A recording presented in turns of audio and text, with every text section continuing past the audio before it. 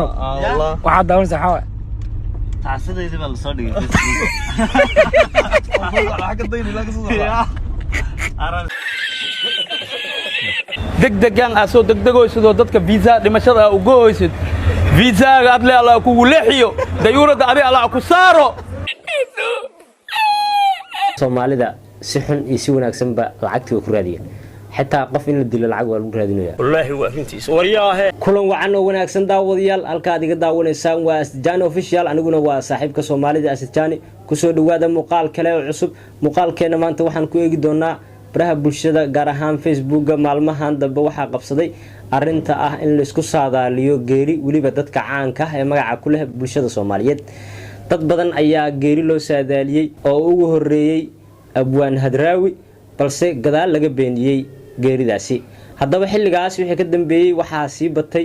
dadka faraha badan ee geerida loo saadaalinayo waxaan haddaba ka hadli doonaa dadkii loo saadaaliyay geerida qaar kamid oo soo hadlay muuqaala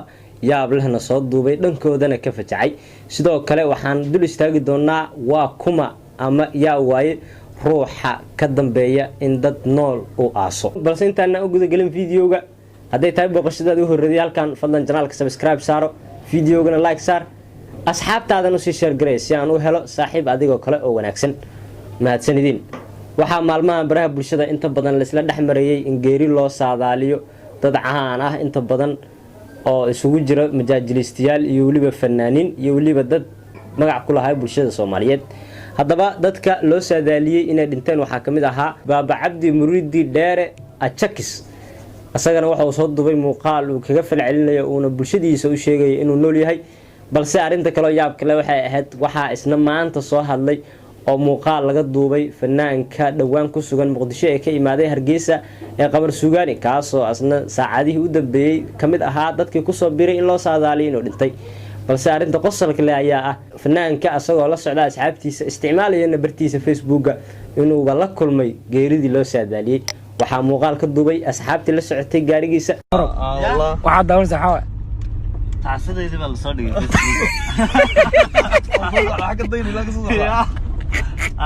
adoo nool tacsidaada falanqay waa yaabka adoo nool tacsidaada la soo dhigaa ka bacdina adiga falanqayna oo reaction ka baxsana waa sida Qamar Suugaani uu sameeyay haddaba Achakis sidoo kale asna wuxuu kamid ahaa dadkii loo saadaaliyay inuu geeriyooday balse muuqaal soo duubay baraha bulshadana inta badan ku faafiyay habaar iyo waliba dardaaran iskugu daray qofka waxaasi sameynaya balse intaan u guda gelin Baaba Achakis iyo muuqaalkiisa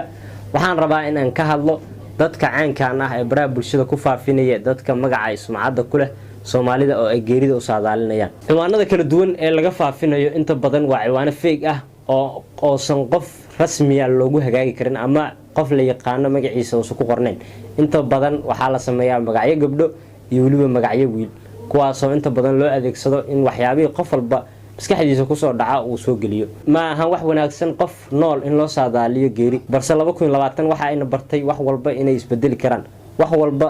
in fudeed laga dhigtay geerida xitaa la isku saadaaliyo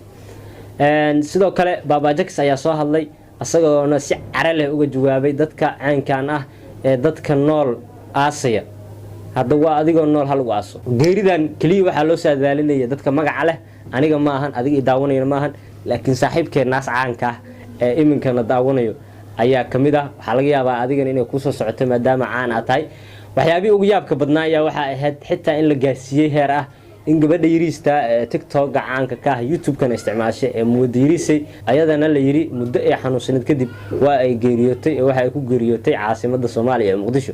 subhanallah qof nool wax la daayo ma la yar iyo weyn oday Hadraawi ha u weynaado mudirisay u yaraato qof walba oo magac lahaay geeri ayaa loo saadaaliyay balse lama kala gaaro dadka caanka Soomaalideena inta caanka waa isla egyihiin maalmahan oo dadka caanka soo noqonaya ayaa badan waana ku dhiirigelinayaa in caan ku bato si dadka dhan ay caan wada noqdaan Facebook inta badan lagama waayo toddobaad walba hadal heen inuu yeesho ama waxyaabo yaab la wareejiyo dhinaca rabtaba ha noqoto asbuuc walba wax un baa ka daaran asbuucan marka geeriya ka daaran subhanallah dad nool baa geeri loo saadaalinaya fanaaniinha ku jiraan nguriyaal majaajilistayaal dad si kala magac u leh marka wali YouTube lay waa dhiman yihiin YouTube layna mar dhow bilaabo doontaa sida aan isleeyahay in saadaasho ay ragaas wada ay sii wadaan maadaama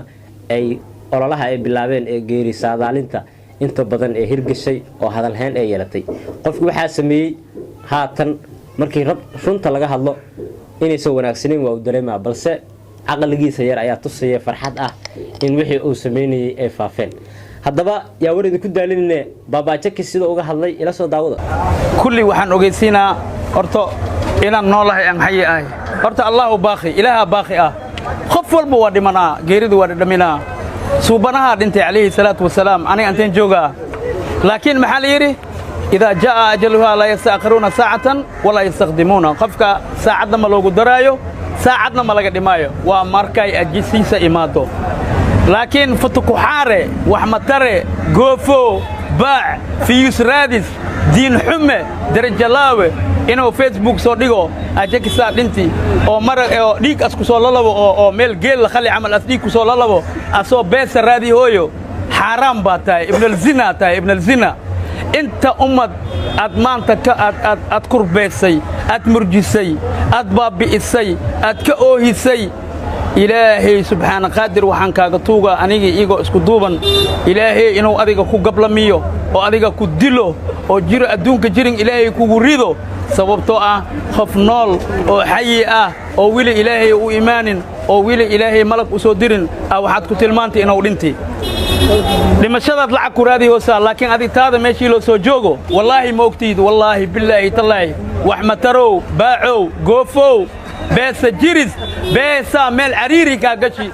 geel kugu joogsada cimrigaaga cawgo'dii allah ka dhigo waana kurbeysay waana shidaysay waana dhibtay waana baabi'isay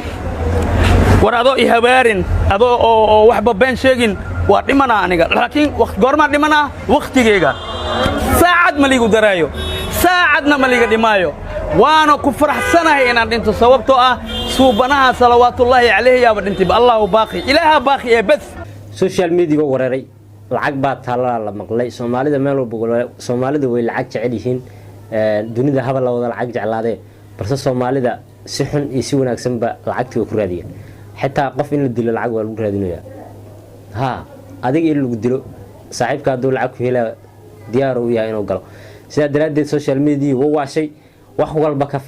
fil haatan waxa la wada sugay waxa waay in la ogaado ama uu soo saaro ama la soo saaro dhawaan ruuxa intaasoo qofood qaylada ka keenay ee gaarsiiyay baabaajakis inuu ku habaaro xitaa geel ha kugu joogsado raxmarka waa taqaanin habaarkooda waa habaa ku habaar hadii loo macnaha waa fanni waaye habaarka xitaa fanni waaye oo qosol waaye marka xariifkaasoo soo saar baraada haddaan soo saaraynin dadka dhimashada u saadaalina iska dhaaf waa taladeeda adiga inaa ka soo wada soko martaa laga yaabaa qof walba waqti uu leeyahay waa u dhimana waad ku maasantahay sidaad ii daawatay intaan muuqaalka xiga ku kulmayno waa saaxiibka Soomaalidaas Jaani oo idin leh nooli kulantay